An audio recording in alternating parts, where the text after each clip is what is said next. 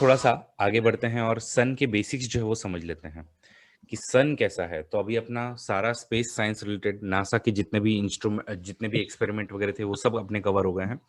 अब अपने को अगला जो पार्ट जो कवर करना है वो थोड़ा सा सन रिलेटेड है कि आदित्य L1 मिशन हम लोग लॉन्च करना चाहते हैं। इसी के अलावा और भी ऐसे कुछ अलग अलग आपके मिशंस वगैरह जो है वो हम लोग करना चाहते हैं। तो क्या है, बट उससे पहले अपने को स्पेस सन के जो है वो बेसिक्स जरूर पता होनी चाहिए कि ये सन के बेसिक्स क्या है।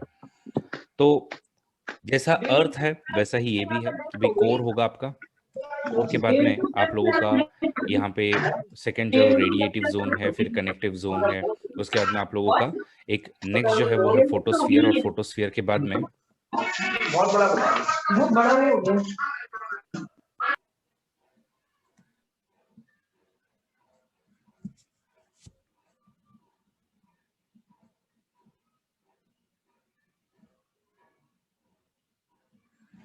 फोटोस्फियर जो है, प्लीज अपना एक बार माइक सब लोग चेक कर लिया करो, बिकॉज बहुत सारे लोग जो है वो अभी भी अपना माइक वगैरह ऑन रखे हुए हो। तो आप लोग प्लीज थोड़ा ध्यान रखो कि गलती से हो गया है, जैसे अविरल मैंने एक बार माफ किया, दो बार माफ किया, बट तुम तो अपना माइक ही ऑन रख रहे हो। मुझे यहाँ से मैन्युअली म्यूट करना पड़ रहा है। ईशा आपका भी माइक ऑन था। प्लीज थोड़ा ध्यान रखो कि माइक ऑन नहीं रहे आपका, ठीक है। तो दूसरी बात मैं आपको बोल रहा था कि ये जो सन के बेसिक्स में अगर हम लोग बात करें तो सबसे अंदर में आपको क्या मिलेगा, सबसे अंदर में आपको कोर मिलेगा।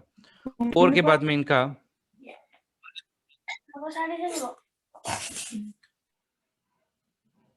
कोर के बाद में आप लोगों का रेडिएटिव जोन आएगा। रेडिएटिव जोन के बाद में आप लोगों का कन्वेक्टिव जोन आएगा, और कन्वेक्टिव जोन के बाद में आपका फोटोस्फियर है, और फोटोस्फियर के आगे आपका क्रोमोस्फियर है, और क्रोमोस्फियर के आगे जो है वो तुम्हारा बेसिकली कोरोना वगैरह जो है वो आता है। तो एक्चुअल में अगर हम देखें तो ये आपका कोर है और ये आपके रेडिएटिव जोन वगैरह है। लेकिन अपने लिए ये सब रेडिएटिव जोन, कन्वेक्शन जोन, ये सब कोई मायने नहीं रखते हैं। सिर्फ थोड़ा सा इतना असेंडेंस जो है उनका याद रखो कि भाई कोर के बाद में रेडिएटिव जोन है और उसके बाद में आपका कन्वेक्टिव जोन है, ठीक है। उसके आगे जो है वो तुम्हारा फोटोस्फीयर आएगा, और हमारे एग्जाम पॉइंट ऑफ व्यू से अगर कोई इंपॉर्टेंट जोन है तो वो है आपका फोटोस्फीयर। तो फोटोस्फीयर याद रखो, उसके बाद में क्रोमोस्फीयर याद रखो, क्योंकि अगला जो जोन है वो अपने को जो स्टडी करना होगा वो होगा क्रोमोस्फीयर। और क्रोमोस्फीयर के आगे जो है वो है कोरोना वाला पार्ट। तो ये कोरोना हमारे कोरोना वायरस नहीं है। कोरोना का मीनिंग होता है क्राउन शेप, और सिंस अगर आप क्राउन को टॉप से अगर आप देखो तो आपको ऐसा दिखाई देगा।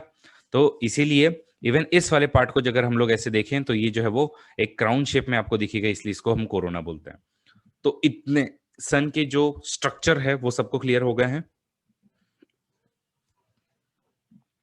ओके, अब हम लोग जो है वो आगे चलते हैं, और सबसे पहला जो जोन है अपने को वो सीख लेते हैं, वो है फोटोस्फियर। फोटोस्फियर क्या है? तो फोटोस्फियर जो है वो actually it is the outer most shell. जैसे अर्थ का हम लोग क्रस्ट देखते हैं ना, तो क्रस्ट पे क्या है, हम लोग सब बैठे हुए हैं, तो वही क्रस्ट का पार्ट अगर हम लोग सन का इक्विवेलेंट अगर पकड़े तो इट विल बी फोटोस्फियर। तो photosphere is outer most shell from which the light is radiated. Photosphere is marked by the bright bubbling granules of plasma और डार्कर कूलर सनस्पॉट। तो आपके ग्रैन्यूल्स वगैरह जो है वो आपको दिखेंगे, या फिर आप लोगों को सनस्पॉट वगैरह जो है वो भी वहां पे देखने को मिलेगा, ठीक है। तो ये अभी हम लोग जो है वो डिटेल में इसको देखने ही वाले हैं कि ये सब क्या होता है वगैरह वगैरह। But the photosphere of sun is like the crust of the earth in some ways. Both the photosphere and crust are many miles thick. ये वाली बात है। फोटोस्फियर में दूसरी बात जो होती है वो आपको क्या मिलेगा? तो फोटोस्फियर में सबसे इंपॉर्टेंट जो चीज तुमको देखने को मिलती है वो है सनस्पॉट। इनफैक्ट मुझे आपसे पूछना है कि हम लोग जब सुबह का जो सूर्य उगते हुए देखते हैं, सुबह का जो हम लोग सूर्य उगते हुए देखते हैं, तो उसमें से आपको कौन सा इनमें से जो है वो जोन दिखाई देता है? मतलब आपको कोर दिखता है, रेडिएटिव जोन दिखता है, कन्वेक्टिव जोन दिखता है, या फिर आप लोगों को फोटोस्फियर दिखता है, कोरोना दिखता है, या क्रोमोस्फियर दिखता है? क्या लगता है आप लोग अपना अपना अंदाजा बताइए जरा। Yes everyone.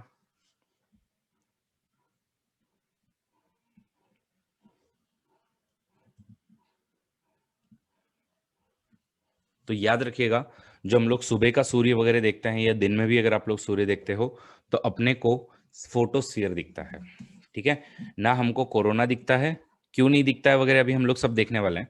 ना ही हम लोगों को क्रोमोस्फियर दिखता है। इनफैक्ट अगर इनको आपको देखना है तो उस समय में अपने को उस समय उसके लिए अपने को एक्लिप्स की जरूरत होती है, ठीक है। तो ये वाली बातें अभी हम लोग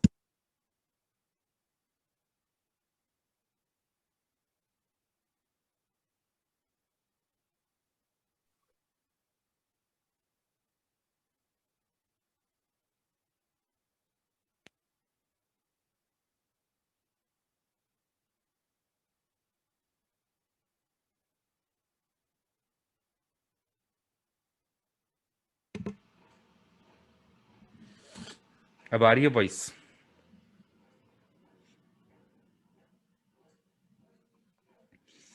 मैं कह रहा था कि अब तक आप लोगों ने सुना है कि दाग जो है वो सिर्फ चांद पे होते हैं, सूर्य पे नहीं होते हैं, लेकिन ऐसी बात नहीं है। इवन दाग जो है वो आपको सूर्य पर भी दिखाई देंगे, और उन दाग को हम लोग क्या कहते हैं? उन दाग को हम लोग बेसिकली सनस्पॉट्स बोलते हैं। ठीक है, तो ये सनस्पॉट्स एग्जैक्टली है क्या? तो इसी को अब हम लोग जो है वो समझते हैं। तो सनस्पॉट जो है basically these are the cooler regions, okay, on sun. और ये कूल रीजन क्यों होते हैं? बिकॉज यहाँ पर आपकी जो मैग्नेटिक एक्टिविटीज जो होती है वो काफी हाई होती है। तो हाई मैग्नेटिक एक्टिविटी की वजह से ये जो वो आपके कूल स्पॉट्स होते हैं, और कूल स्पॉट्स होने की वजह से सिंस ये बाकी का सारा पार्ट आपका हॉट है, तो फिर ये वाला जो पार्ट है वो आपका कूल होने की वजह से आपको कैसा दिखेगा? ये आपको डार्क दिखेगा, और इसलिए हम लोग जो है वो सन के जो डार्क स्पॉट्स है उसको हम लोग सन स्पॉट्स बोलते हैं। सबको ये वाली चीज clear? What are sun spots? These are high magnetic fields higher than your 1000 times। सोचो 1000 times तुम्हारी जो नॉर्मल मैग्नेटिक फील्ड जो सन की होगी उससे ज्यादा होगी। और ये कुछ कुछ सन स्पॉट तो जो आपके होते हैं तो कूल तो है ही, लेकिन इनकी साइज कितनी होती है? अर्थ जितनी। तो सोचो इनकी साइज होती है, एक सन स्पॉट की साइज जो है वो अर्थ जितनी भी हो सकती है। So these regions are cooler than average and so they look darker than the surrounding hotter region। Darkest region जो होगा आपका तो उसको हम लोग बोलते हैं उम्ब्रा। तो ये वाला जो आप रीजन देख रहे हो, तो सन स्पॉट में डार्केस्ट रीजन जो होगा उसको हम लोग उम्ब्रा बोलेंगे, और उसके आजू बाजू में थोड़ा सा डार्क और थोड़ा सा लाइट जो आपको दिखेगा उसको हम लोग पेनुम्ब्रा बोलते हैं। सबको clear what is umbra and what is penumbra? Okay, the outer brighter region is called as the penumbra. उसके बाद में सनस्पॉट जो है वो हमेशा आपको पेयर में मिलेंगे, मतलब उसके ऑपोजिट पोलैरिटी वगैरह जो है वो मिलने वाली है। अब ये सनस्पॉट जो है, ये जो आपके दाग जो होते हैं, ठीक है, तो ये कोई हमेशा हमेशा के लिए नहीं होता है, ये आपके चेंज होते रहते हैं। जैसे आप लोग अभी यहाँ पे ये वाली जीआईएफ में आप लोग चेक देख रहे हो कि ये कंटिन्यूअसली जो है वो चेंज होता रहता है। अभी ये जो है, ये वाला जो रीजन है, जब आप लोग एकदम बहुत कम सनस्पॉट देख रहे हो उस टाइम को हम लोग बोलते हैं सोलर मिनिमम, क्योंकि उस समय में क्या है, आपके कम से कम जो है वो आपको सनस्पॉट दिखते हैं। और जब आपके बहुत भर भर के सनस्पॉट दिखते हैं उसको हम लोग बोलते हैं सोलर मैक्सिमम। तो ये टर्म अभी अपने को लगने वाले हैं, सोलर मिनिमम। और ये सोलर मिनिमम आजकल न्यूज में भी चल रहा है। सोलर मिनिमम मतलब क्या? कि जब सनस्पॉट आपके बेसिकली कम दिख रहे हैं आपको, या सनस्पॉट की एक्टिविटी कम हो रही है। और सनस्पॉट की एक्टिविटी कम हो रही है मतलब क्या? ऑटोमेटिकली मैग्नेटिक फील्ड की एक्टिविटी भी कम हो रही है। सबको ये चीज आप लोग लिंक कर पा रहे हो? क्योंकि इसका लिंकेज अपने को आगे काम करना है, आगे यूज करना पड़ेगा। Okay, so sunspots can last for few days or even for few months, and during that time they move across the surface of the sun and change in size, growing and shrinking as they go, but sunspot eventually go away। तो यही वाली बात है। और अब जो आपका ये सनस्पॉट वाला जो रीजन है, जैसे कि अब यहाँ वाला रीजन है आपका, तो अब इधर में क्या होने वाला है कि इधर में सिंस ये सनस्पॉट है तो इसके आजू बाजू में कुछ ना कुछ तो आपकी हीट जो है वो जमा हुई होगी। तो बेसिकली क्योंकि ये कूलर रीजन है, लेकिन इसके नीचे जो है वो आपकी हीट जमा हुई है, उसको कहीं ना कहीं से बाहर निकलना है। तो वो बाहर कहाँ से निकलती है? उसको जहां पर भी थोड़ा सा भी इस सनस्पॉट के आजू बाजू में अगर कोई ओपनिंग मिले तो उसके बाहर से जो है वो आपकी पूरी पूरी ऐसी हीट जो है वो बाहर निकलती है, और उसको हम लोग बोलते हैं सोलर फ्लेयर्स। तो एकदम आग जैसे आग लगता है। फॉर एग्जाम्पल, आप लोगों ने सबने कोक जो है वो पी होगी, या पेप्सी जो है वो पी होगी। तो अगर आप लोग उसके ऊपर में ढक्कन लगाओ, और ढक्कन लगाने के बाद में आप उसको शेक करो, और शेक करने के बाद में क्या होता है, उसके अंदर में प्रेशर जो है वो कार्बन डाइऑक्साइड का पूरा पूरा बिल्ड हो चुका होता है, उसको बाहर निकलने की जल्दी होती है। और जैसे ही आप लोग जो है थोड़ा सा भी अगर ढक्कन कहीं पे खोल दो, क्या होने वाला है? फट से सारा का सारा जो अंदर का जो थम्सअप था या कोक था वो आपका बाहर आने वाला है। तो सेम एक्टिविटी जो है यहाँ पे भी होती है कि ये सनस्पॉट जो है वो बेसिकली क्या करता है, इसके नीचे जो है इन फ्लेयर, इन हीट की एनर्जी को जो है वो दबा के रखा हुआ है। और जैसे ही आपके सनस्पॉट थोड़े बहुत भी शेप में चेंज हो जाए तो फट से यहाँ से आपकी सोलर फ्लेयर जो है वो निकलती है। So the magnetic field lines near the sunspot often tangle, cross, reorganize, and this can cause sudden explosion of the energy called as the solar flare। The solar flare releases lot of radiation into the space, and if a solar flare is very intense, it can also affect or interfere with our radio communication on the earth। सबको ये वाली चीज clear हुई कि क्यों solar flare आपको पढ़नी है फिर? और दूसरी बात, इन सोलर फ्लेयर्स का एक और जो वो काम होता है वो मैंने आप लोगों को बताया हुआ था कि इन सोलर फ्लेयर से जो आपकी एनर्जी निकलती है तो उससे अपने को कॉस्मिक रेज जो है उन सब से अपने को प्रोटेक्शन मिलता है। बराबर है ना? हेलियोस्फीयर याद है आप लोगों को? हम लोगों ने जो वोएजर वगैरह पढ़ा हुआ था तो उसमें हम लोगों ने पढ़ा था, तो ये हेलियोस्फीयर के अंदर में जो प्रोटेक्शन का काम करता है अपने को, जिन बाकी के कॉस्मिक रेस से जो प्रोटेक्शन का काम करना है वो भी आपका सोलर फ्लेयर करके देता है। तो ये होते हैं सोलर फ्लेयर। तो अब तक हमने क्या सीखा कि मेनली फोटोस्फीयर जो है, जो सबसे एकदम अर्थ के जैसे क्रस्ट का पार्ट है वैसे ही ये सन का भी क्रस्ट का पार्ट है, उसमें से आपके सन स्पॉट होंगे और सन स्पॉट के आजू बाजू से जो वो आपके ऐसे सोलर फ्लेयर जो निकलती रहती है। तो ये दो फिनोमिनन जो है वो आप लोग कहाँ पे देखोगे, फोटोस्फीयर पे देखोगे। तो अगर यूपीएससी आपसे पूछे कि सोलर फ्लेयर जो है वो आपकी कोरोना से निकलती है, तो आप ट्रू बोलोगे या फॉल्स बोलोगे? Come on, give me in the comment box. Obviously it would be a false thing. Next जो अपने को चीज समझनी है वो है आप लोगों का क्रोमोस्फियर, कि व्हाट इज क्रोमोस्फियर। तो क्रोमोस्फियर मैंने आपको पहले ही बताया कि क्रोमोस्फियर जो है वो आपकी जस्ट फोटोस्फियर की अगली जो लेयर है। तो आप लोग जो ये रेडिश पोर्शन जो आप लोग देख रहे हो, ओके, जो भी आप यहाँ पे रेड पोर्शन देख रहे हो, फॉर एग्जांपल इसमें भी आप लोग जो देख रहे हो एकदम हल्का सा ये वाला जो लाइन है आपका, ये आप लोगों का बेसिकली है क्रोमोस्फियर। और इसका क्रोम का मतलब होता है कलर। तो यहाँ पे आपको सिंस कलर जो है वो दिखाई देता है, तो इसलिए हम लोग जो है इसको क्रोमोस्फियर बोलते हैं। तो क्रोमोस्फियर जो है रेडिश ग्लो जो है वो सुपर हीटेड हाइड्रोजन जब आपका बर्न होता है तो उससे आपका बेसिकली बाहर निकलते हुए दिखेगा। But the red rim can only be seen but the red rim can only be seen, okay, during the solar eclipse. तो हर समय आपको नहीं दिखेगा, कब दिखेगा, जब सोलर एक्लिप्स है तभी आप लोग ये वाली रेड रिम जो है वो देख सकते हो, उसको हम लोग क्रोमोस्फियर बोलते हैं। क्रोमोस्फियर में play role in conducting heat from the interior of sun to the outermost layer of the corona. तो अभी तक अपने को एग्जैक्ट पता नहीं कि ये क्रोमोस्फियर क्या करता है, बट इतना ही हम लोग मानते हैं कि भाई हीट कंडक्शन का काम जो कर रहा है। क्रोमोस्फियर में ज्यादा अपने को कुछ एक्टिविटीज नहीं दिख रहे हैं। अपने इंटरेस्ट की जो चीज है वो है कोरोना, एंड इनफैक्ट ये कोरोना जो है वो बहुत ही फेमस भी है। तो इवन ये वाली जीएफ में आप लोग देख रहे हो कि एकदम ये एक्लिप्स में जो आजू बाजू में जो घूम रहा है वो है आपका क्रोमोस्फियर, और क्रोमोस्फियर के बाहर भी जो आपका ऐसे कोरोना लाइक जो स्ट्रक्चर है, क्राउन लाइक जो स्ट्रक्चर है, उसको हम लोग बोलते हैं कोरोना। और ये कोरोना जो है वो आपके क्रोमोस्फियर के आगे थाउजेंड्स ऑफ माइल्स तक जो है वो फैला हुआ रहता है। तो sun's corona is outer most part of the sun's atmosphere. Corona is usually hidden, okay, by the light of the sun's surface that makes it difficult to see without using the spatial instrument। तो हम लोग इसको अगर observe भी करते हैं तो usually eclipse के समय करते हैं, या फिर अपने को स्पेशल इंस्ट्रूमेंट जो वो आपको लगते हैं, क्योंकि जो फोटोस्फियर से जो आपकी लाइट आ रही है उसकी वजह से दोनों chromosphere as well as corona हम लोग ऑब्जर्व नहीं करते हैं। ठीक है, तो क्रोमोस्फियर डिम क्यों है इतना? Because obviously as I said कि corona reaches extremely high temperature, however the corona is very dim because आपका the corona is almost 10 million times less dense than that of the sun's surface, और density कम होने की वजह से आपको कम जो वो ब्राइट दिखेगा। सबको ये वाली चीज क्लियर हुई कि डिम क्यों है इतना, भले ही हॉट है तो भी। अब असली पॉइंट जो है, आप लोगों ने आदित्य L1 के बारे में सुना होगा, आप लोगों ने सोलर पार्कर प्रोब के बारे में सुना होगा, आप लोगों ने और भी कोई अलग अलग एक्सपेरिमेंट के बारे में सुना होगा जो एक्चुअली सन की स्टडी करने जा रहे हैं। लेकिन मैं आपको बता दूं, हर कोई जो है वो सन की स्टडी में भी सबसे पहले कोरोना की स्टडी करने जा रहा है।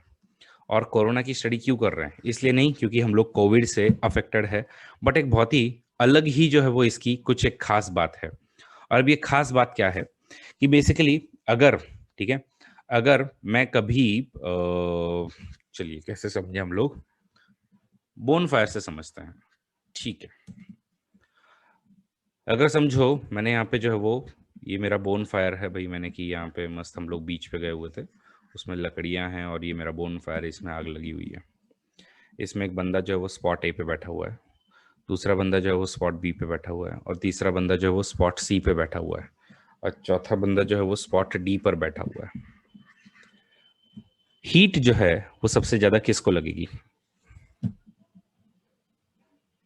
हीट जो है वो सबसे ज्यादा किसको लगेगी? Yes, everyone agrees. एक के पास में सबसे ज्यादा हीट आएगी, बाद में बी के पास में, बाद में सी के पास में, और सबसे लास्ट में जो है वो डी के पास में। लेकिन ये एक मिस्ट्री है, ओके, और यही मिस्ट्री अपने को फाइंड करनी है। बिकॉज आप लोगों ने स्लाइड्स तो देखे, बट स्लाइड में एक चीज जो है वो आप लोग ऑब्जर्व करना भूल गए, ये फोटोस्फियर का टेम्परेचर जो है वो 6000 डिग्री सेंटीग्रेड तक है। वही अगर क्रोमोस्फियर की हम बात करें तो 4000 से 10,000 डिग्री सेंटीग्रेड तक है। और यही अगर हम लोग देखें तो ये आपका 10 लाख डिग्री सेंटीग्रेड तक जो है वो आपको टेम्परेचर मिलेगा। ठीक है, ये ऐसा क्यों कि फोटोस्फियर जो कि बेसिकली आपके कोर के एकदम पास में है। तो बोन फायर वाला अगर हम लोग लॉजिक लगाए तो एक्चुअल में ये वाला जो फोटोस्फियर है ये आपका ज्यादा हीटेड होना चाहिए था, उसके बाद में आप लोगों को क्रोमोस्फियर हीटेड होना चाहिए था, और उसके लास्ट में आपका मतलब कम जो है, सबसे कम जो है वो आपका कोरोना जो है वो हीटेड होना चाहिए था। But what we see here is that corona is at almost 10 lakh degree centigrade temperature, while chromosphere is again hotter than that of the photosphere, and photosphere जो है वो कम डिग्री सेंटीग्रेड पर है। So this is mystery, scientist are yet to find the answer for this. अगर आप में से किसी को एक्सपेरिमेंट वगैरह करना है तो आप लोग कीजिए और पता कीजिए। और मैं इसको मजाक मजाक में बोलता हूं सब लोगों को कि सारे मिशंस का एक एम जरूर होता है, and what is that M?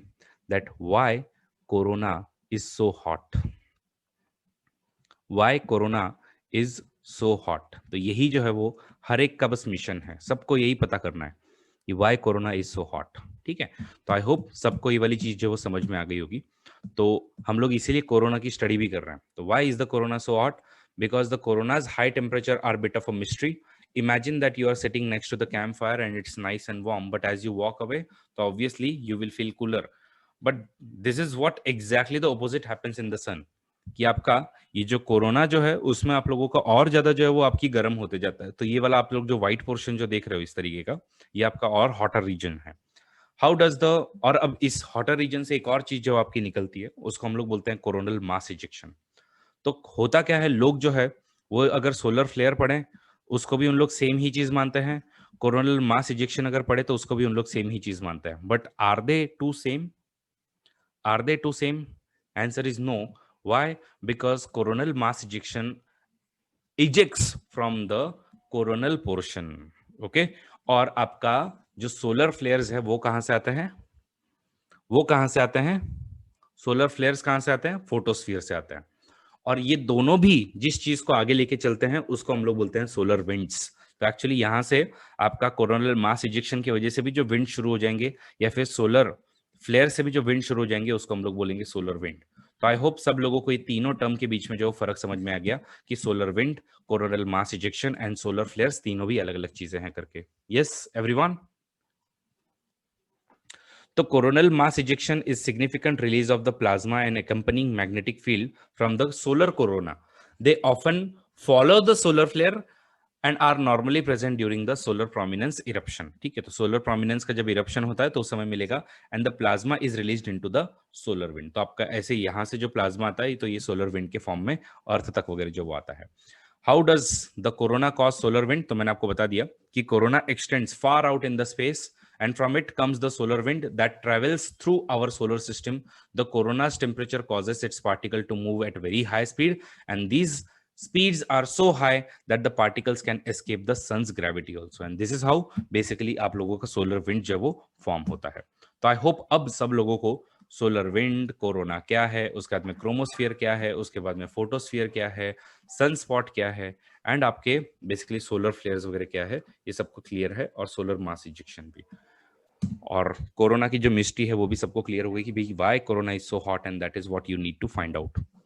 अगली बात जो है जो आजकल बहुत ज्यादा चर्चा में चल रही है वो है सोलर साइकिल, और खास करके ये मॉडर्न ग्रैंड सोलर मिनिमम जो है वो न्यूज में चल रहा है। लोग बोल रहे हैं कि 2020 से लेके 2050 तक जो है, ये 2053 तक जो है वो आपका रहने वाला है।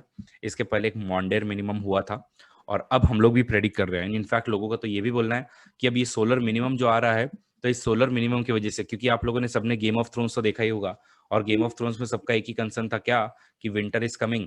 ओके, तो सिमिलरली इनका बोलना है कि भाई solar minimum is coming, and because of this solar minimum what can happen, because of this solar minimum actually आप लोगों का जो है वो अर्थ का टेम्परेचर जो है वो डाउन हो सकता है। ऐसी सब लोग जो है बात कर रहे हैं। सबको समझ में आई ये वाली चीज कि क्या जो है वो हमारा कंसर्न है? ओके, तो ये सोलर मिनिमम क्या है इसको अब थोड़ा सा समझ लेते हैं हम लोग। तो एक्चुअली मैंने आपको बताया कि सोलर साइकिल होती है। सोलर साइकिल होती है मतलब क्या? तो एक्चुअली ये वाली चीज याद रखिए, हमारे जो नॉर्थ एंड साउथ के जो पोल होता है, even for that matter even अर्थ का भी जो है वो आपका स्विच होते रहता है, कि magnetic north and magnetic south pole जो है वो एक्चुअली आपका शिफ्ट होते रहता है। नॉर्थ जो है वो कुछ समय के बाद में आपका सदर्न पोल बन जाएगा, और सदर्न पोल जो है वो आपका नॉर्दर्न जो है वो पोल बन जाएगा। इनफैक्ट आप लोगों ने जो बेसिक ज्योग्राफी स्टडी की होगी तो उसमें आप लोगों ने देखा होगा कि जो हम लोगों ने ओके मिड ओशियनिक रिजेस और जो ओशन का सरफेस वगैरह जो फॉर्म हुआ है उसमें भी हम लोगों ने देखा है कि मैग्नेटिक अलाइनमेंट जिस तरीके की हम लोगों ने देखी थी वो कंप्लीट रिवर्सल वगैरह देखी हुई है। बराबर है, ये वाली चीज सबने पढ़ी है कि जो हम लोगों ने पूरा पूरा ओशन का सरफेस पढ़ा है उसमें भी हम लोगों ने ये वाली चीज कंफर्म की है कि इवन अर्थ का भी time to time north pole जो है वो आपका ये स्पेलियो मैग्नेटिज्म, वेरी गुड, तो साउदर्न पोल बन जाता है और सदर्न पोल जब वो नॉर्दर्न पोल बन जाता है तो इसको हम लोग पेलियो मैग्नेटिज्म बोलते हैं और इसके एविडेंसेस अपने को मिल चुके हैं ऑलरेडी। ऐसा ही सन के साथ में भी होता है, लेकिन सन के साथ में जो होता है वो बहुत ज्यादा क्विक होता है। क्विक कितना क्विक, तो 11 साल के अंदर में, कितने 11 इयर्स के अंदर में आपका नॉर्थ जो है वो साउथ हो जाता है और साउथ जो है वो आपका नॉर्थ हो जाता है। तो इसको हम लोग बेसिकली सोलर साइकिल बोलते हैं और ये ओवर द इयर्स इन लोगों ने इस चीज को जो वो ऑब्जर्व किया हुआ है। तो ये सोलर साइकिल क्या है? अब साइकिल है मतलब कुछ ना कुछ तो आपका जीरो से शुरू होकर वापस से जीरो पे आने वाला है। तो वही वाली चीज आपको जो है यहाँ पे भी देखने को मिलेगी कि होता क्या है। जैसे 1996 समझो आपका स्टार्टिंग ईयर अगर आप लोग पढ़ो तो उस समय में आपको सोलर मिनिमम मिलेगा। सोलर मिनिमम का क्या मतलब है? सोलर मिनिमम का ये मतलब है कि उस समय में सनस्पॉट जो है वो कम होंगे। सनस्पॉट कम है मतलब क्या है? उस समय में आपकी मैग्नेटिक एक्टिविटी कम होगी, बराबर है। और मैग्नेटिक एक्टिविटी कम है इसका मतलब सोलर फ्लेयर्स भी आपके कम होंगे। क्या आप लोग ये सारा का सारा रिलेशन लगा पा रहे हो? एक बार वापस रिपीट करता हूं। सोलर मिनिमम, सनस्पॉट जो है वो आपके होंगे less. If sunspots are less, इसका मतलब क्या हुआ? मैग्नेटिक एक्टिविटी लेस है।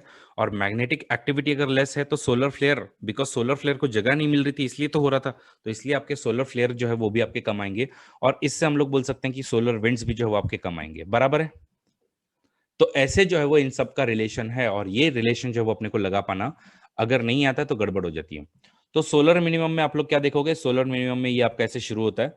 सोलर मिनिमम में आपके ऑलमोस्ट सनस्पॉट जब आपको जीरो या फिर मिनिमम आपको मिलेंगे, उसके बाद में धीरे धीरे धीरे धीरे जब आपका 6th ईयर जब आपका आ जाता है तो 6th ईयर पे आप लोगों को ये सोलर एक्टिविटी जो है या सोलर बेसिकली सनस्पॉट की जो एक्टिविटीज है ये आपकी एकदम मैक्सिमम पे आ जाती है कि जितना भी आपके सोलर सरफेस पे, मतलब इस सरफेस पे जितनी भी आपको ये आप लोग देख रहे हो यहाँ पे, जो भी आप लोग एक थोड़े से अलग कलर का कलर देख रहे हो, डार्क स्पॉट जो देख रहे हो, तो ये बेसिकली यहाँ पे देखो, यहाँ पे हार्डली एक दो थे, यहाँ पे एकदम थोड़े बढ़ गए, यहाँ और बढ़ गए, यहाँ और बढ़ गए, यहाँ पे और बढ़ गए, और यहाँ पे मैक्सिमम आपको सन स्पॉट जो वो देखने को मिलेंगे। और इन मैक्सिमम सन स्पॉट को हम लोग क्या बोलते हैं? It is solar maximum. और सोलर मैक्सिमम की वजह से क्या होगा? फिर आप लोगों की सोलर फ्लेयर की एक्टिविटीज भी बढ़ती है और उसके वजह से आप लोगों की सोलर विंड भी जो हमारे पास में आती है और टेम्परेचर जो है वो हमारे अर्थ का भी इंक्रीज होने के आपके चांसेस आपके बढ़ जाते हैं। सबको ये वाली चीज क्लियर? ठीक है, तो ये आपका होता है 6th ईयर में। देखो अब मैं आपको बता दूं, एक्चुअली कुछ लोगों ने जो साइंस सिखा रहे हैं या कुछ साइंस की जो मैगजीन वगैरह है या विजन इनसाइट वगैरह, इन सब में भी नहीं ये वाली गलतियां मैंने देखी हुई है। उन लोगों को पूरी ये चीज पता नहीं है। उन लोग क्या करते हैं, सोलर साइकिल को, सोलर साइकिल जो है तो उसमें बेसिकली क्या होता है आप लोगों का, सोलर साइकिल में लोग जो है वो ऐसा बोलते हैं कि 11 साल में आपका सोलर मिनिमम से सोलर मैक्सिमम आता है। ऐसा है क्या? हमारा कितने साल में आ जाता है? 6 साल में जो है वो सोलर मिनिमम से सोलर मैक्सिमम आता है। और आगे अगले जो तुम्हारे 5 साल जो है तो उसमें आप लोगों को वापस से सोलर मिनिमम पे तुम जाते हो और ये साइकिल आपकी चलती रहती है। तो 11 इसमें तुमको क्या मिलेगा? 11 साल में तुम्हारा सोलर मिनिमम से शुरू होगा, सोलर मैक्सिमम पे आएगा और सोलर मैक्सिमम से वापस से सोलर मिनिमम पे जो है वो आने वाला है। इस एक्टिविटी को हम लोग बोलते हैं solar cycle. Everybody clear? So every solar cycle will include one solar maximum and one solar minimum. तो इसको हम लोग सोलर साइकिल बोलते हैं। ठीक है, अब इसको समझ लेते हैं। तो solar cycle is cycle that sun's magnetic field goes through approximately every 11 years. तो ये आपका चेंज होते रहता है। Our sun is huge ball of electrically charged hot gases. These charged gases move, generating powerful magnetic field, and the sun's magnetic field goes through the cycle called as the solar cycle. Every 11 years or so, the sun's magnetic field completely flips. This means that sun's north and south poles switches the place. Then in next 11 years, आप लोगों को वापस से switch back हो जाएगा. So the solar cycle affects the activity on the surface of the sun also.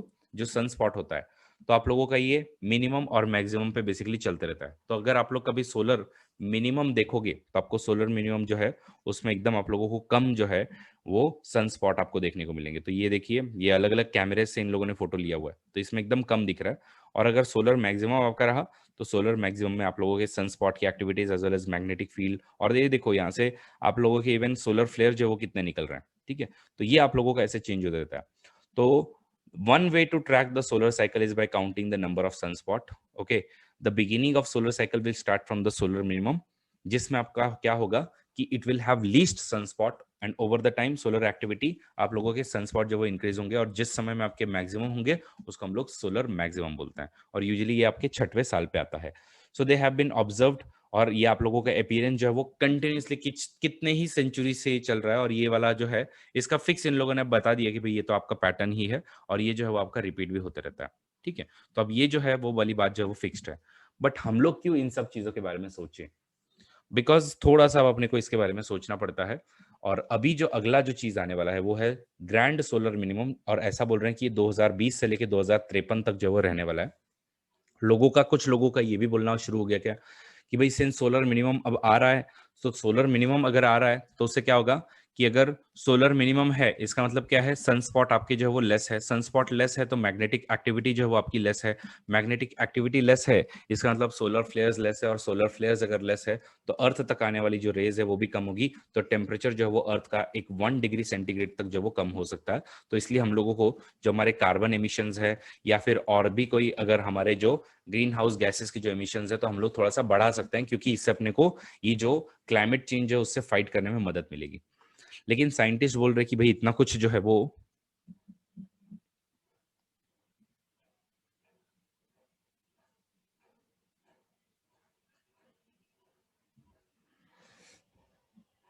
Are we good, सबको दिख रहा है अभी ठीक से, कोई प्रॉब्लम नहीं है?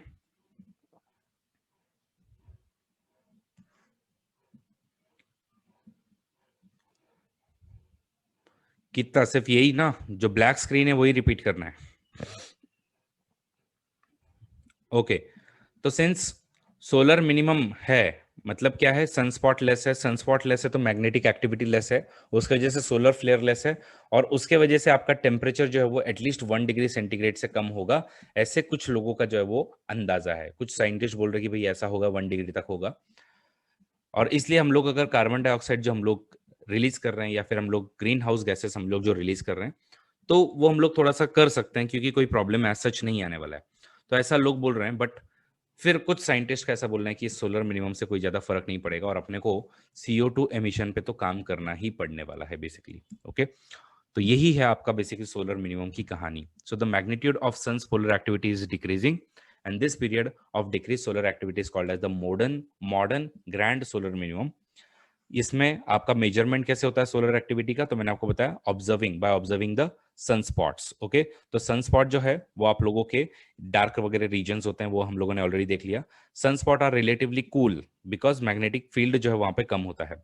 डिक्रीज इन सन स्पॉट जो है वो अलग अलग लोगों ने बोला है, और उनका बोलना है कि 71% जो है वो सन स्पॉट आपके कम हो गए हैं, और ये आपके कम ही जो है वो रहने वाले हैं। तो पॉसिबल रीजन यही है कि भाई 11th सोलर साइकिल आप लोगों की जो है वो 2020 से जो हम लोग गिन रहे हैं उधर से आपकी मार्क हो चुकी है, और ये सोलर मिनिमम आपका बहुत ज्यादा होने वाला है। इसके पहले ही ऐसा कोई सोलर मिनिमम हुआ था क्या, तो उसको हम बोलते हैं माउंडर मिनिमम। तो माउंडर मिनिमम जो है वो माउंडर के नाम पे रखा हुआ है, जिसने ये वाला बेसिकली कैलकुलेट करके दिया था कि एक टाइम ऐसा आया था कि जब एक्चुअली हमारे अर्थ का टेम्परेचर जो काफी नीचे चले गया था, और उसको हम लोग लिटिल आइस एज का हम लोग थोड़ा सा पार्ट भी बोलते हैं, कि माउंटर मिनिमम 1645 से लेके 1710 तक जो है, तो इन 50 साल तक जो आपका टिका हुआ था, और उसकी वजह से अर्थ जो है वो काफी कूल हो गई थी। और ये आपका 1300 से 1850 तक वैसे भी थोड़ी सी अर्थ जो है वो कूल ही थी।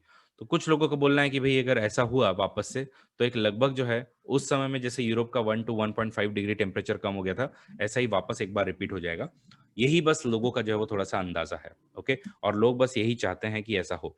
तो इम्पैक्ट इसके क्या क्या होंगे अपने को बेसिकली उस पर ध्यान देना है थोड़ा सा। तो ऑब्वियसली जब आपका सोलर ग्रैंड मिनिमम में अगर 70% आपकी सोलर मैग्नेटिक एक्टिविटी में रिडक्शन हो रहा है, तो आपके सोलर एनर्जी जो है वो प्लैनेट की तरफ में जो आएगी वो भी आपकी कम होगी। तो उससे क्या हो सकता है, तो ये देखिए इनफैक्ट इसका डायरेक्ट इम्पैक्ट जो है वो आपके ओजोन लेयर पे होता है, क्योंकि ओजोन लेयर क्यों बनती है आपकी, O3 वगैरह क्यों बनते हैं, it is because of the sunlight जो है, जिसमें आपके यूवी जो रेडिएशंस होते हैं, और खास करके यूवी ए या B, I am forgetting, but इनमें से जो भी होता है तो वो आपका इनके साथ में रिएक्शन करके आपका ओजोन बनाता है। लेकिन अगर अब आपके पास में सन की एनर्जी थोड़ी कम आ रही है, तो आपका ये जो ओजोन लेयर जो है वो भी आपकी थोड़ी सी पतली जो है वो हो सकती है। उसके अलावा आप लोगों के और क्या प्रॉब्लम हो सकते हैं, आप लोगों के थोड़े से नॉर्थ अटलांटिक ऑसिलेशन जो है वो आपका थोड़ा सा उसमें फ्लक्चुएशन वगैरह जो है वो हो सकते हैं। थोड़ा सा आपका कूलिंग डाउन ऑफ अर्थ हो सकता है, बट उससे भी बड़ी जो प्रॉब्लम है सोलर मिनिमम से, ये मत समझो कि सिर्फ अपना क्लाइमेट चेंज का ही प्रॉब्लम जो सॉल्व होगा, लेकिन एक प्रॉब्लम अपना बढ़ता भी है, और वो है, आप सबको पता है कि हम लोगों ने पहले ही देखा था कि सन से जो भी आपकी रेज वगैरह जो निकलती है वो आपका ऐसे हेलियोस्फीयर जो है वो बनाती है। और ये हेलियोस्फीयर क्या करता है, ये हेलियोस्फीयर बेसिकली आपको बाहर जो प्लाज्मा, जो बाकी के जो भी कॉस्मिक रेज वगैरह है, इन सब से बेसिकली प्रोटेक्ट करने का काम करता है। लेकिन क्या हो सकता है कि अगर आपके सन से आने वाली अगर एनर्जी थोड़ी सी कम पड़ रही है, तो ये प्लाज्मा जो है वो अंदर की तरफ में आ सकता है, और अंदर की तरफ में आने के बाद में नो डाउट इवन अर्थ को भी थोड़ा बहुत इम्पैक्ट कर सकता है, या फिर हमारे जो सैटेलाइट वगैरह है उनको भी थोड़ा बहुत इम्पैक्ट कर सकता है। तो यही जो है वो हम सबका बेसिकली कंसर्न है। तो आई होप सबको ये वाली चीज जो वो क्लियर हो गई है। एवरीवन, क्या क्या इंपैक्ट होंगे इसके, सबको क्लियर? कि the sun's magnetic field shields the earth from the harmful cosmic, okay, galactic rays. In the absence of shielding more rays, so it will, in the absence of shielding, more rays will reach the earth from the high clouds of the atmosphere, leading to the, आप लोगों का cooling तो होगा ही होगा, लेकिन उसके वजह से अपना कॉस्मिक रेज जो है वो भी अपने यहाँ पे आएंगी, और उससे अपने को थोड़ी सी प्रॉब्लम भी हो सकती है अपने, खास करके जो भी इंस्ट्रूमेंट वगैरह है वहां पर। तो ये है आप लोगों का इम्पैक्ट, और ये है मॉडर्न ग्रैंड सोलर मिनिमम। अगर सबको समझ में आया है तो कमेंट बॉक्स में सब लोग लिखिए modern grand solar minimum fast.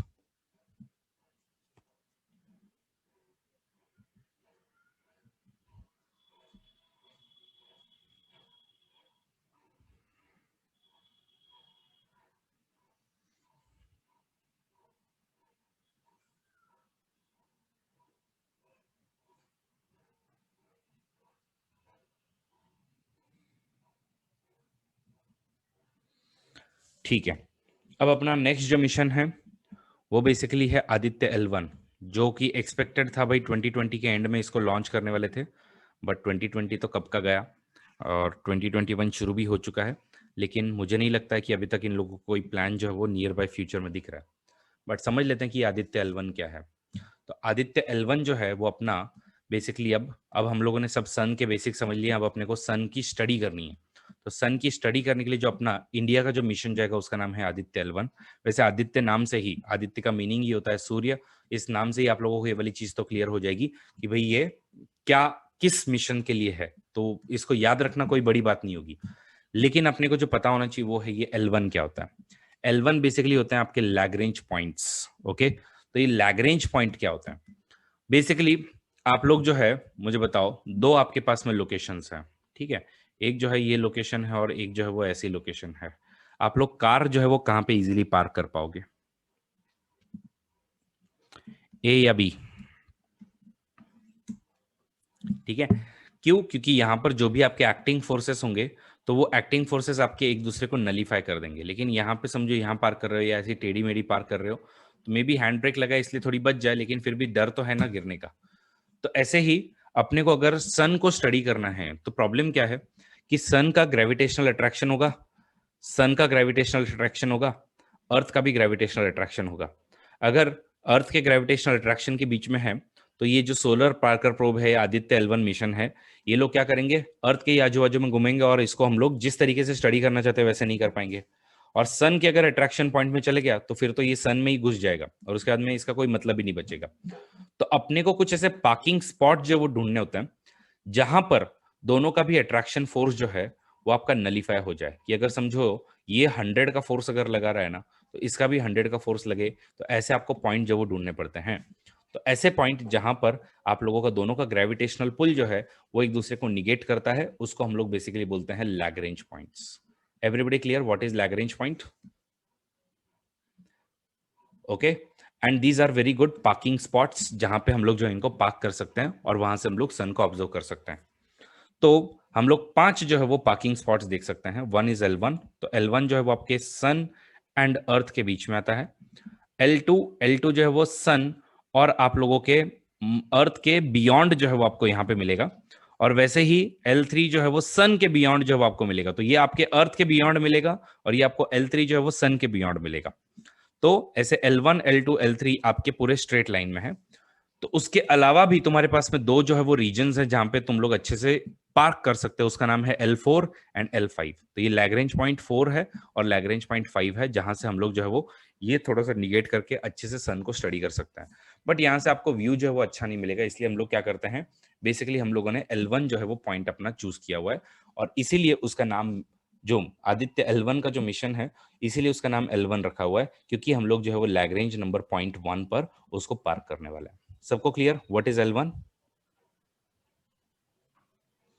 तो Lagrange point is a point where the combined gravitational forces of two bodies, say Earth and say Moon या Earth Moon जो भी हो, equal to the centrifugal force felt by much smaller body, and such interaction of forces creates equilibrium where spacecraft can be positioned to make observation.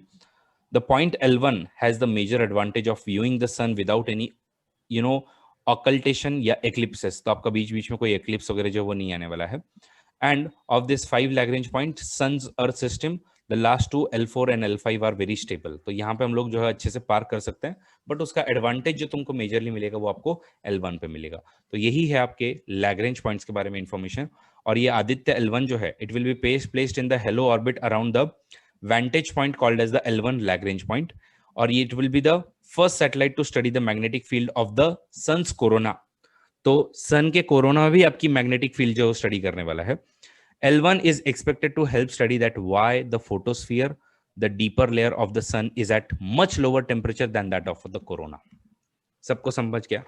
इस सब mission का एक ही काम तो पक्का होगा, हम लोग आगे सोलर पार्कर प्रोब भी देखेंगे, उसका भी क्या काम होगा, why corona is so hot। बराबर है? तो अगर समझो मिशन में उन्होंने कुछ पूछा तो भी अपने को थोड़ा सा पता होना चाहिए।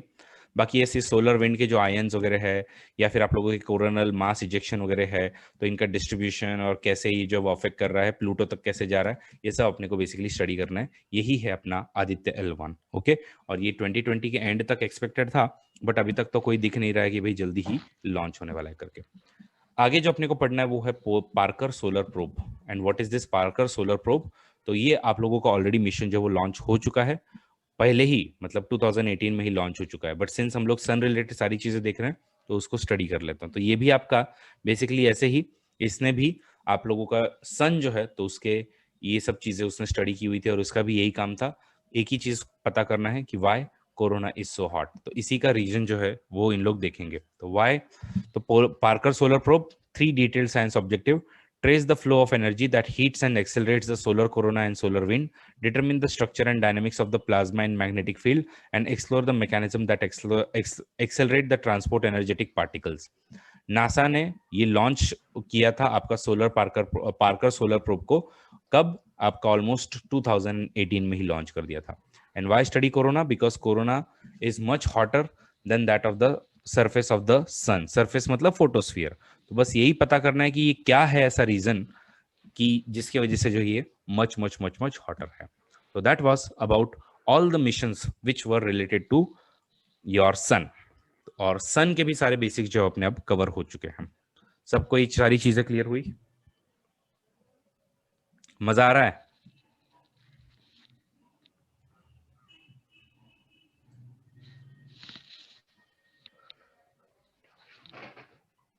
ठीक है, अब अगला जो चीज पढ़ना है आपको, asteroid, comet, meteoroid, meteor and मेटेोराइट में क्या फर्क है।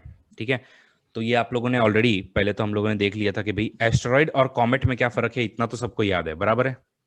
एस्ट्रॉइड एंड कॉमेट में क्या फर्क है, हम लोगों ने जो पहले कुछ बेसिक्स जो है वो देखे हुए थे, उसमें हम लोगों ने ऑलरेडी कवर कर लिया था। ठीक है, तो कॉमेट क्या है, a relatively small object whose ices can vaporise in the sunlight forming an atmosphere coma of the dust and gases and sometimes a tail. तो इसके वजह से आप लोगों को जो दिखेगा उसको हम लोग कॉमेट बोलते हैं।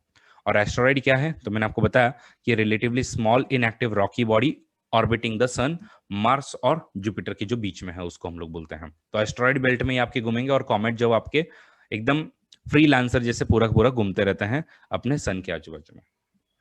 देन व्हाट इज मेटेरॉइड, और ये मेटेरॉइड अपने को पढ़ना क्यों है, क्योंकि आजकल हम लोग जो है वो एक नया ही मिशन शुरू कर रहे हैं कि भाई इन मेटेरॉइड या इन मेटेरॉइड को या मेटियोर को जो है वो हम लोगों ने बेसिकली एक्सप्लोर करना चाहिए, और इसमें से अगर अपने को कोई मिनरल विनरल मिल रहे हैं तो उन मिनरल्स को हम लोगों ने ले लेना चाहिए।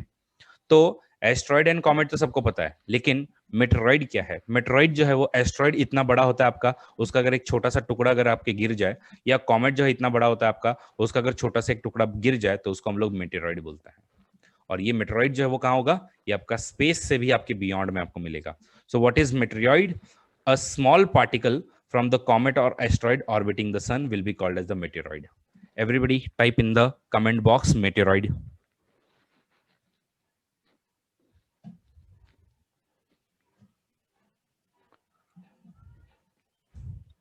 Now when this meteoroid, okay, which is just a small particle or just small part of the comet or asteroid, when it enters into the atmosphere of earth, तो आप सबको पता है एटमॉस्फेयर मतलब हम लोग कहाँ से बात कर रहे हैं, तो ये आप लोगों का जो 50 किलोमीटर के रेंज वगैरह होगा, या आप लोगों का 80 किलोमीटर की जो रेंज है, वहां पे आप लोग जब एंटर करोगे तो उसको हम लोग एटमॉस्फेयर बोलेंगे। और ये एटमॉस्फेयर में जब एंटर होता है तो उसका नाम मेटेरॉइड से नाम इसका चेंज हो जाता है, और ये आप लोगों को चेंज क्या दिखेगा? आपको मेटियोर के फॉर्म में दिखेगा। तो आपने सुना होगा शूटिंग स्टार या फिर तारा टूटते हुए वगैरह रात में देखा होगा कभी, बराबर है ना?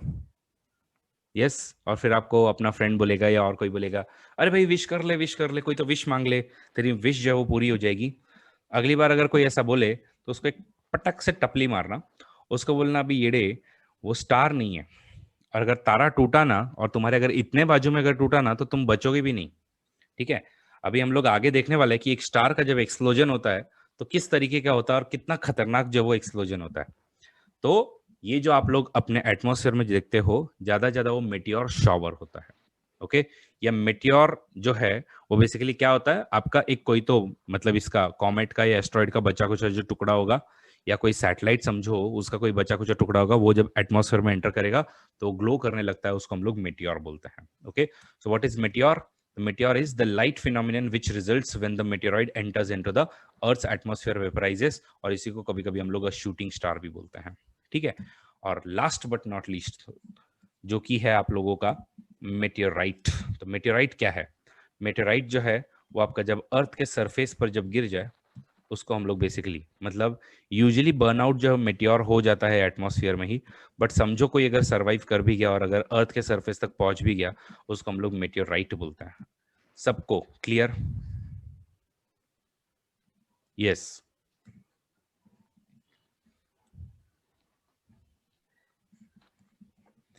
अब देखो कभी कभी क्या होता है, बिकॉज लोगों का कंफ्यूजन हमेशा रहता है, अरे यार मेटियोरॉइड किसको बोले, मेटियोर किसको बोले, मेटियोराइट किसको बोले, कॉमेट किसको बोले, एस्ट्रॉइड किसको बोले। तो आई थिंक एस्ट्रॉइड कॉमेट का तो आप लोग जो है वो किस्सा खत्म कर दोगे, मेटियोर का भी खत्म कर दोगे, क्योंकि आपने मेटियोर शॉवर जो है वो सुन लिया है। मेटियोर शॉवर क्या है? मेटियोर शॉवर मतलब जब आपका एटमॉस्फेयर में एंटर हो जाए। कंफ्यूजन रहेगा मेटियोरॉइड में और मेटियोराइट में। मुझे बताओ अर्थ पे कौन रहता है? अर्थ के सरफेस पे जो ह्यूमन रहते हैं, और ह्यूमन जो है उनको ह्यूमन राइट्स मिले हुए हैं या नहीं मिले हुए हैं? यस। ह्यूमन जो है उनको ह्यूमन राइट मिले हुए हैं या नहीं मिले हुए हैं? तो मैं उसको ऐसे ही याद रख रहा हूँ कि भाई जब आपका मेटियोर जब आपका या मेटेरॉइड जब आपके अर्थ के सरफेस पे लैंड हो जाए तो उसको भी ह्यूमन जैसे जो है वो राइट मिलेंगे, इसलिए उसका नाम जो है वो मेटेओराइट रखा हुआ है। कैसी लगी ट्रिक?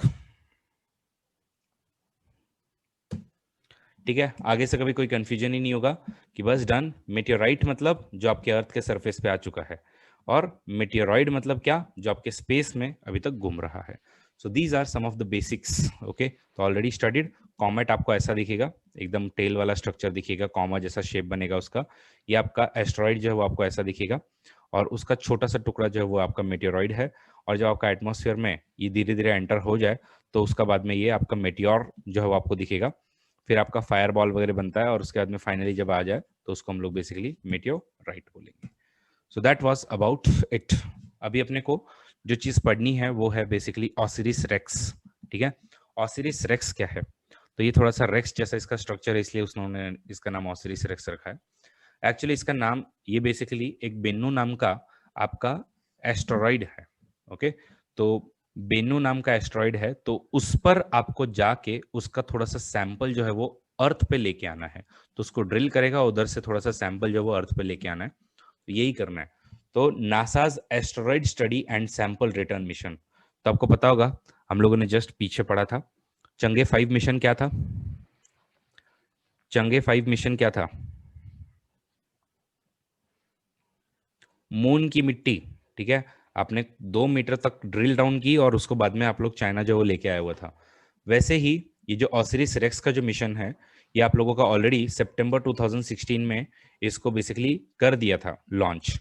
दिसंबर 2018 में ये ऑलमोस्ट बेन्नू नाम का जो एस्टेरॉइड है उसके बहुत पास में आ गया और इसने एनालाइज वगैरह कर दिया, और इसका टारगेट है कि भाई एक 24 सितंबर 2023 को ये वापस से लेकर जो है वो अर्थ पे आ जाएगा, उसका सैंपल जो है वो अर्थ पे लेकर आ जाएगा कि भाई इस बेन्नू नाम का जो एस्टेरॉइड है तो उसमें क्या क्या आपके मटेरियल है। तो ये ऑसिरिस रेक्स उस पे जाके ड्रिल वगैरह करके वापस उसको अर्थ पे लेके आने का काम करने वाला है। So the material return is expected to enable scientists to learn more about the formation and evolution of solar system. Its initial stages जो है वो क्या रही है, और इसमें से कोई कंपाउंड हम लोग एक्सट्रैक्ट वगैरह कर सकते हैं क्या। तो if successful, OSIRIS-REx will be first US spacecraft to return samples from an asteroid. अब मैं आपको बता दूं, जापान ने ऑलरेडी ये काम कर दिया है।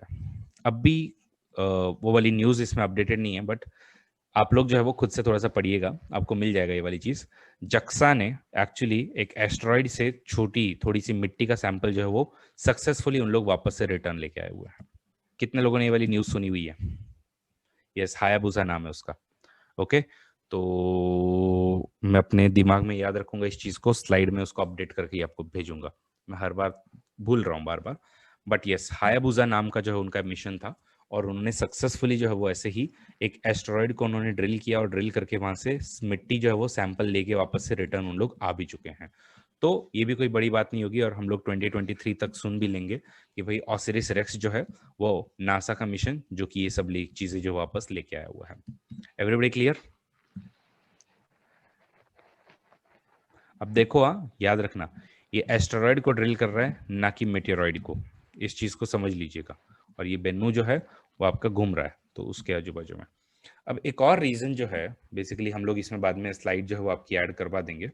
एक और जो रीजन है जिसकी वजह से हम लोग ये सब चीजें कर रहे हैं कि भाई क्यों हम लोग एकदम डिटेल में जा जाके जो है वो इन सब एस्टेरॉइड को वगैरह इसको उसको हम लोग खोदने की कोशिश कर रहे हैं। क्या रीजन है उसका? उसका रीजन जो है वो सिंपल है।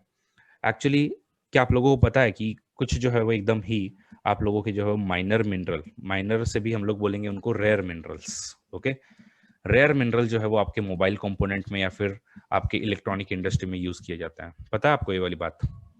यस, ये रेयर मिनरल्स जो है उनकी प्रॉब्लम ये नहीं है कि सच में अर्थ में है ही नहीं, अर्थ के है, लेकिन उनको माइन करने के लिए जितना तुम एनर्जी या एफर्ट डाल रहे हो बहुत ज्यादा पड़ता है आपके लिए। और सिर्फ कुछ ही कंट्रीज है, जैसे कि चाइना हो गया, कुछ इंडिया के भी पार्ट है आपके, और बाकी भी आपके ऐसे कुछ कंट्रीज हैं जिनमें आप लोगों को बेसिकली मिलेगा कि रेडिली आप लोग जो है इनको बेसिकली माइन कर सकते हो। तो रेयर मिनरल का मतलब ये नहीं कि अर्थ के सरफेस पे एकदम रेयरली इन लोग जो है प्रेजेंट होंगे।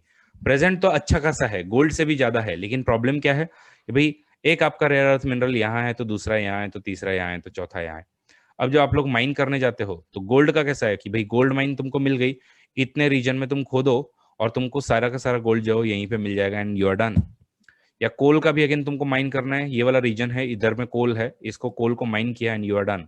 बट अब एक चीज यहाँ है, दूसरी यहाँ है, तीसरी यहाँ है, चौथी यहाँ है, तो इसमें जितना तुम एनर्जी वगैरह डालोगे ढूंढने में और इसको जो आप लोग कलेक्ट करोगे वो आपके लिए प्रॉब्लमेटिक हो जाता है।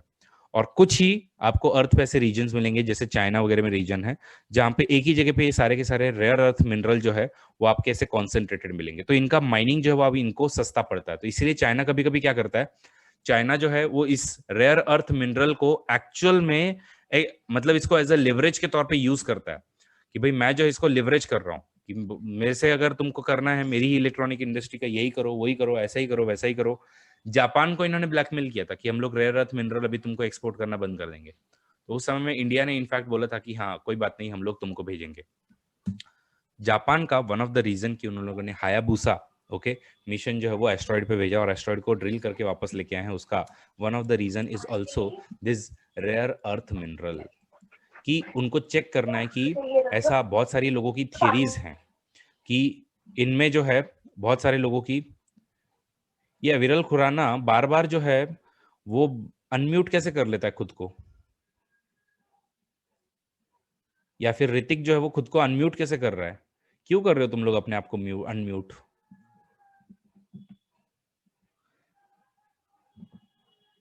मैंने मल्टीपल टाइम्स बोला ऋतिक अपने आप को म्यूट करो प्लीज।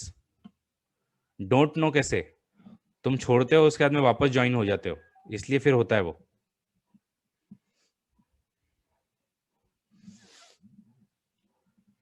और आपको अपने अपने प्रोफाइल पे भी तो दिखता है ना कि हम म्यूट है या नहीं है। एनीवेज पॉइंट बीइंग, ये रेयर अर्थ मिनरल जो है वो बेसिकली इनको लेना भी है। ओके ये रेयर अर्थ मिनरल जो है उनको लोगों को ढूंढने भी है, उनको देखना है कि भाई वहां पे मिल रहा है क्या अपने को, और अगर मिल रहा है तो क्या वो कमर्शियली वायबल है क्या, कि भाई कुछ टाइम कुछ कंटेक्स्ट में अगर तुमको एकदम बहुत सारा मिनरल सपोज यहीं पे एक ही जगह पे मिल गया तो इवन ये भी इनको सस्ता पड़ेगा, क्योंकि everything runs through the commercials, और कमर्शियली अगर ये लगता है कि भाई वायबल है तो even this will be done. Everybody clear why we are basically exploiting all this phenomenons?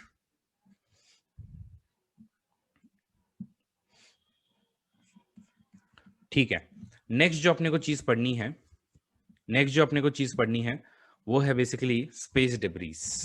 अब इसी से चलते हुए, बिकॉज अब अपना ऑलमोस्ट सारा का सारा जो चीज है वो अपनी कवर हो चुकी है, और अब अपने को जो इन्हीं सब चीजों के कंटेक्स्ट में, बिकॉज हम लोग इतना सब भेज रहे हैं इधर में उधर में, सब कचरा ही फैला रहे हैं, और इस कचरे से बेसिकली और भी प्रॉब्लम अपने यहाँ पे बढ़ सकती है, तो स्पेस डिब्रीज को पढ़ना जरूरी है। तो यहाँ पे अपने सन के सारे जो भी बेसिक्स थे एज वेल एज जो भी एस्ट्रॉइड वगैरह की जितनी भी चीजें थी वो सारी अपनी खत्म हो चुकी है। स्पेस डेब्रीज वाला हम लोग कंपोनेंट देखेंगे, और दो चार जो भी आपके छोटे मोटे प्रोजेक्ट्स बचे हुए हैं वो हम लोग देख लेते हैं, और उसके बाद में फिर अपना जो है वो आगे ब्लैक होल्स वगैरह जो क्या होते हैं कैसे होते हैं वो अपने को स्टडी करना होगा। तो अब ये स्पेस डेब्रीज क्या है, ठीक है? तो स्पेस डेब्रीज जो है वो आप लोगों का सबको पता है कि भाई हम लोग जो है वो कुछ नेचुरल आपको स्पेस डिब्रीज अपने लो अर्थ ऑर्बिट में मिलेंगे, जैसे कि भाई कोई होगा तो मेटियोरॉइड होगा, मेटियोर होगा या मेटियोराइट होगा। यस, लो अर्थ ऑर्बिट में घूम रहा है मतलब क्या होगा वो? मेटियोरॉइड होगा। सबको क्लियर कि मेटियोरॉइड ही क्यों लिखा है वहां पे?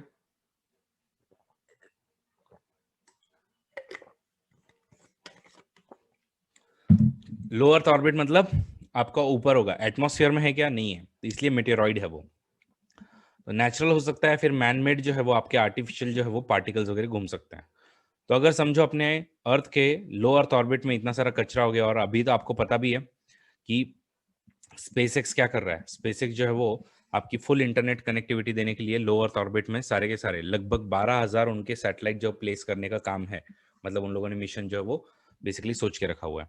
तो ये स्टारलिंक का जो प्रोजेक्ट है, तो समझो भाई इधर इतना कचरा अगर हो जाता है और सारे के सारे इधर में जंक जो है वो स्पेस जंक जो आपका जमा हो जाता है, तो प्रॉब्लम क्या होगी? समझो आप लोग अगला मिशन जो लॉन्च कर रहे हो, लॉन्च करते समय में अब ये सारे जो आपके चीजें हैं ये आपके कितने स्पीड से घूम रही है? लगभग आप सबको पता होगा 27,800 किलोमीटर पर सेकेंड पर आर, या फिर हम लोग जो है वो देख सकते हैं कि लगभग 30,000 किलोमीटर बोल सकता है। 30,000 किलोमीटर पर आर के स्पीड से अगर ये घूम रहा है, एक छोटा सा शार्पनेल भी अगर रहा तो वो क्या करेगा? पूरी पूरी सैटेलाइट को डिस्ट्रॉय कर सकता है। उससे भी गंदा अगर हम लोग गगनयान मिशन समझो लॉन्च कर रहे हैं, गगनयान मिशन भी तो आपका 400 किलोमीटर के हाइट तक जाएगा, बट बीच में ही अगर कोई शार्पनेल है उसने अगर गगनयान मिशन को हिट किया तो पूरे के पूरे हमारे जो लोग हैं उनकी भी जान जाएगी, और इतना जो पैसा लगाया था वो भी बर्बाद हो जाएगा। इसलिए now every country is trying कि स्पेस डिब्रीज को कैसे कम कर सकते हैं, क्योंकि क्या प्रॉब्लम है इधर में आप लोगों का एक जो है वो आप लोगों का डोमिनो इफेक्ट जो जनरेट हो जाएगा। डोमिनो इफेक्ट मतलब क्या? ये चीज इस पे गिरी, ये चीज इस पे गिरी, और इससे और बड़ा जो है वो आप लोगों की चीजें जो गिरते जाएंगी। तो इसको ही हम लोग केस्लर सिंड्रोम बोलते हैं स्पेस के कंटेक्स्ट में। तो केस्लर सिंड्रोम क्या है? कि केस्लर सिंड्रोम मतलब आपकी चेन रिएक्शन शुरू हो जाएगी। What is this chain reaction? कि यहां से आपकी एक सैटेलाइट जो समझो फूट गई, इसके अब टुकड़े टुकड़े हो गए हजार, अब ये 1000 जो है वो आपके और 1000 को पैदा करेंगे और ये 1000 और आपके 1000 लोगों को पैदा करेंगे। तो इसकी वजह से पूरा सेल्फ डिस्ट्रक्टिंग मोड में सारे के सारे कैस्केडिंग इफेक्ट के थ्रू आपके लो अर्थ ऑर्बिट के सैटेलाइट डिस्ट्रॉय हो जाएंगे। उसको हम लोग बोलते हैं Kessler syndrome. Everybody clear? If yes, right in the chat box Kessler syndrome.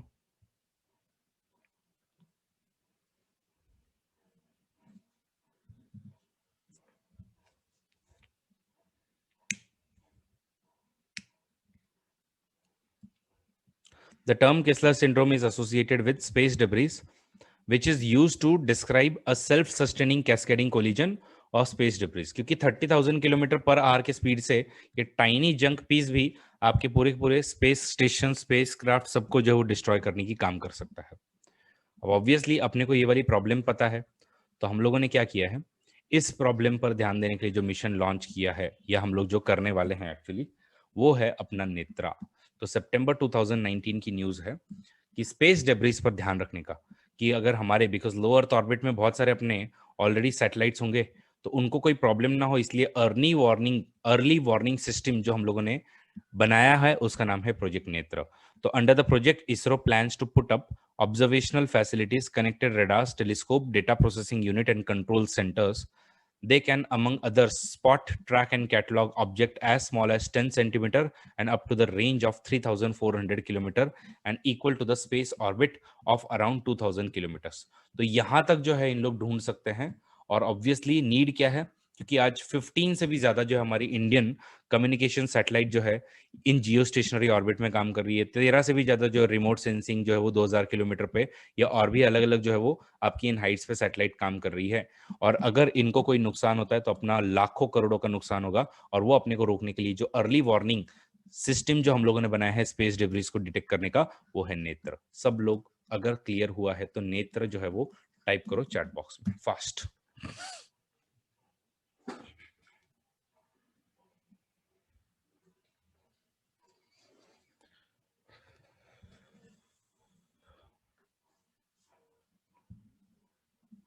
ठीक है, नेक्स्ट जो है वो है space debris. Okay, and what is this space debris mission? तो स्पेस डेब्रिस में अब हर कोई जो अपने अलग अलग जो है प्रोजेक्ट लगा रहा है कि हम लोग कैसे स्पेस डेब्रिस को कम कर सकते हैं। तो एक रिमूव डेब्रिस मिशन जो है वो लॉन्च किया गया था, जिसमें लोग चेक कर रहे थे कि क्या क्या कर सकते हैं। तो एक तो नेट कैप्चर कर सकते हैं कि भाई आपका सैटेलाइट जो है वो जाएगा, डिटेक्ट करेगा ये बहुत सारा कचरा है, इस कचरे को बेसिकली पकड़ेगा, इसको कलेक्ट करके या तो नीचे ले आएगा या फिर इसको डी ऑर्बिट करके नीचे भेज देगा। हार्पून कैप्चर है ऐसा ही, which will be launched okay at the target plate made of the representative satellite panel material, और फिर उसको जो पकड़ लेगा। दूसरा क्या है, विजन बेस्ड नेविगेशन। तो इन लोग जो है वो इसमें लेडार वगैरह टेक्नोलॉजी जो यूज करके डेब्रिस को वापस से आपका डी ऑर्बिट करने की कोशिश करेंगे। तो ये सब जो है आप लोगों का नेट जो है वो चीजें आपकी काम करेंगे, और ये सब जो है वो सिमुलेट करके ये जो भी स्पेस का डेब्रिस है उसको नीचे लेके आने की कोशिश करता है। तो ये है आपका बेसिकली रिमूव डेब्रिस मिशन, जिसमें net capture, harpoon capture, vision based navigation and D orbiting process को यूज किया जाता है। ओके, तो ये सब आपके कुछ अलग अलग प्रोजेक्ट्स हैं। इसी के अलावा अगर हम लोग और कुछ प्रोजेक्ट्स देखें तो एक प्रोजेक्ट्स काफी, अब ये छोटे छोटे प्रोजेक्ट्स जो कि प्रीलिम्स पॉइंट ऑफ व्यू से इंपॉर्टेंट है। एक नासा जो है वो एक और मिशन ट्राई कर रही है जिसका नाम है डबल एस्ट्रॉइड रीडायरेक्शन टेस्ट, मतलब dart system. And what is this dart system? तो डार्ट मतलब क्या है कि नासा जो है वो क्या करेगा कि आपका एस्ट्रॉइड जो है उसको डिफ्लेक्ट करने की कोशिश करेगा, कि कोई अगर बहुत ही बड़ा आपका नियर अर्थ एस्ट्रॉइड अगर आ रहा है और वो अगर अर्थ को अगर ये डिस्ट्रॉय अगर करने वाला होगा, तो ये क्या करेगा कि कुछ तो ऐसे न्यूक्लियर या और कोई पावर जो यूज करके इसको बेसिकली वापस से दूसरे डायरेक्शन में भेज देगा। So it is double asteroid redirection test and that will deflect near earth asteroid. या फिर एक ब्रेक थ्रू लिसन प्रोजेक्ट है जिसमें हम लोग क्या कर रहे हैं कि भाई हमारे अलावा और कोई आदमी है क्या, कोई इंटेलिजेंट कम्युनिकेशन अपने को मिल रहा है क्या। तो पहली बात तो इसमें ऑक्सीमोरॉन ये है कि हम लोग खुद को इंटेलिजेंट बोल रहे हैं, ठीक है। उन इंसानी नस्ल को जो आज भी रिलीजन में बेसिकली बंधा हुआ है उसको हम लोग बेसिकली इंटेलिजेंट इंसान बोल रहे हैं। तो ये इंटेलिजेंट एक्स्ट्रा टेरिटोरियल कम्युनिकेशन जो है, तो वो हम लोग ढूंढने की कोशिश कर रहे हैं कि भाई है क्या ऐसा कुछ।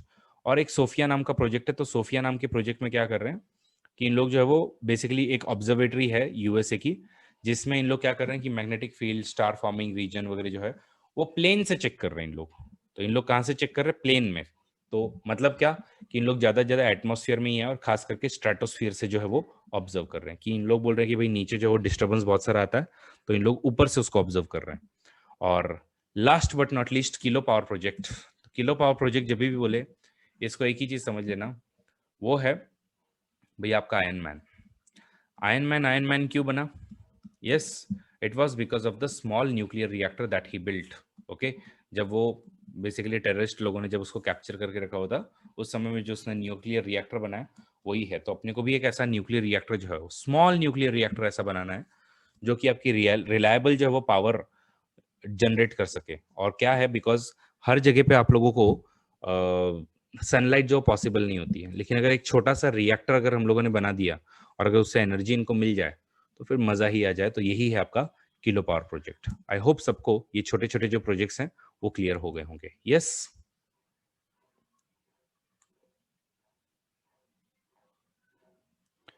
अब आगे ऐसा ही एक अपना आगे मिशन आने वाला है। तो निसार नाम है, नासा इसरो का सार मिशन। मतलब क्या?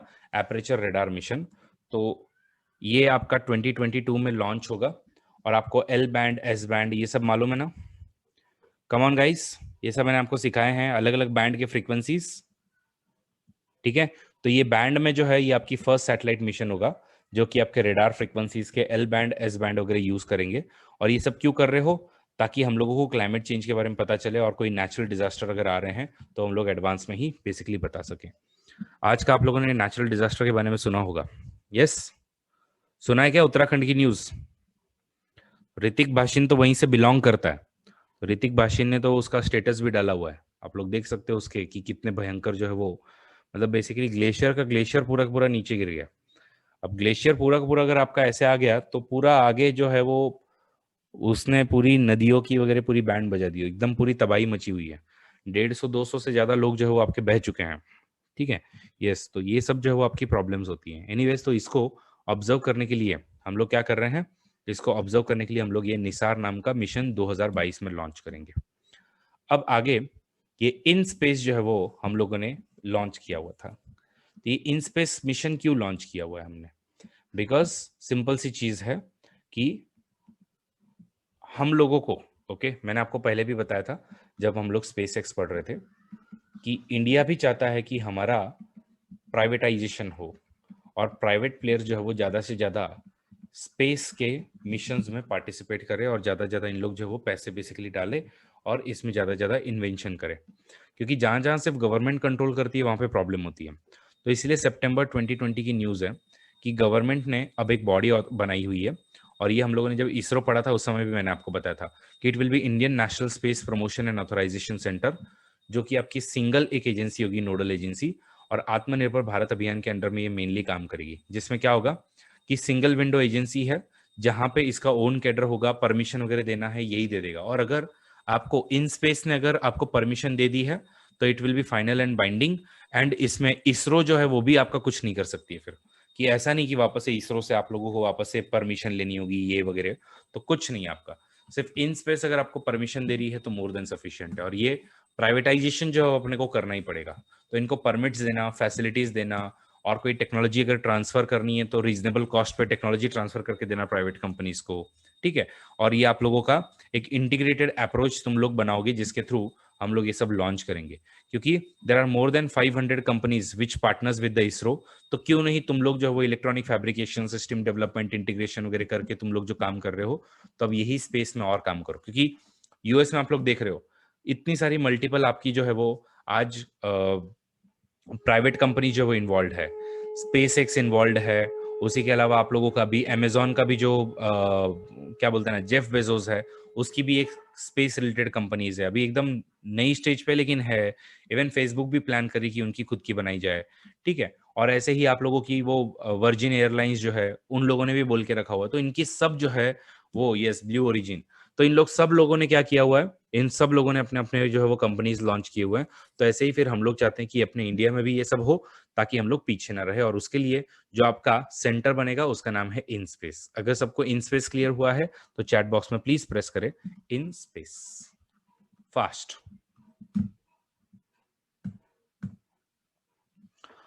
तो इन सब का सिग्निफिकेंस क्या है कि लेवल प्लेइंग फील्ड मिल जाएगी अपने प्राइवेट कंपनीज को, R&D और होगी, ठीक है, और ह्यूमन डेवलपमेंट, अपनी जो ह्यूमन स्पेस फ्लाइट है उसमें भी अपने को हेल्प होगी, सोशियो इकोनॉमिक यूज हो जाएंगे एसेट के, ग्लोबल टेक्नोलॉजी पावर हाउस हम लोग बनेंगे, और स्पेस टेक्नोलॉजीज जो है उसकी इंफॉर्मेशन वगैरह जो है वो आपके वर्ल्ड की तरफ में आएगी, और ये तो होना ही चाहिए था बेसिकली, ठीक है। बाकी एक दिसंबर 2019 की न्यूज़ थी, थोड़ी पुरानी है, बट ट्रम्प बोला कि यार कुछ तो तूफानी करते हैं, तो तूफानी क्या किया इन्होंने, ओके, तो अब इन्होंने अपनी एक सिक्स्थ फोर्स जो है वो बनाई हुई है, और ये सिक्स्थ फोर्स का नाम होगा बेसिकली इनका, ठीक है, स्पेस फोर्स। तो कुछ ज़्यादा ही ट्रम्प ने जो है वो थोड़ा सा क्या नाम है उसका अपने, अरे यार, स्टार ट्रेक नहीं, कौन सी सीरीज है बहुत ही फेमस, स्टार ट्रेक नहीं, क्या star Wars, sorry, star Wars जो है कुछ ज़्यादा ही देख लिया उसने, तो उसके कंटेक्स्ट में उसने बना ली अपनी एक नई जो है वो, ट्रम्प ने दिसंबर में बना दिया था। तो after military, army, air force, navy, marines, coast guard के बाद में इनकी ये सिक्स्थ फोर्स होगी, जिसमें 16,000 एयरफोर्स के कुछ और सिविलियन के कुछ पर्सोनेल जो है उनको इन लोग लेने वाले हैं। यही maintain an objective competitive edge in the department of space है, डेवलपिंग मिलिट्री प्रोफेशनल्स है उनको बनाने हैं वगैरह वगैरह। तो चाइना और रशिया ने तो बोला था कि भाई ऐसे आपने नहीं करना चाहिए, और बिना फालतू वेपनाइजेशन जो है वो आउटर स्पेस का आपने इंक्रीज नहीं करना चाहिए। तो that was all about the news related to some of the space news, ठीक है। तो यहाँ पे अपना आज का लेक्चर जो खत्म होता है। आई होप आप सबको समझ में आया होगा, ठीक है। तो अभी हम लोग अगले लेक्चर में मिलते हैं अगली बार के लिए।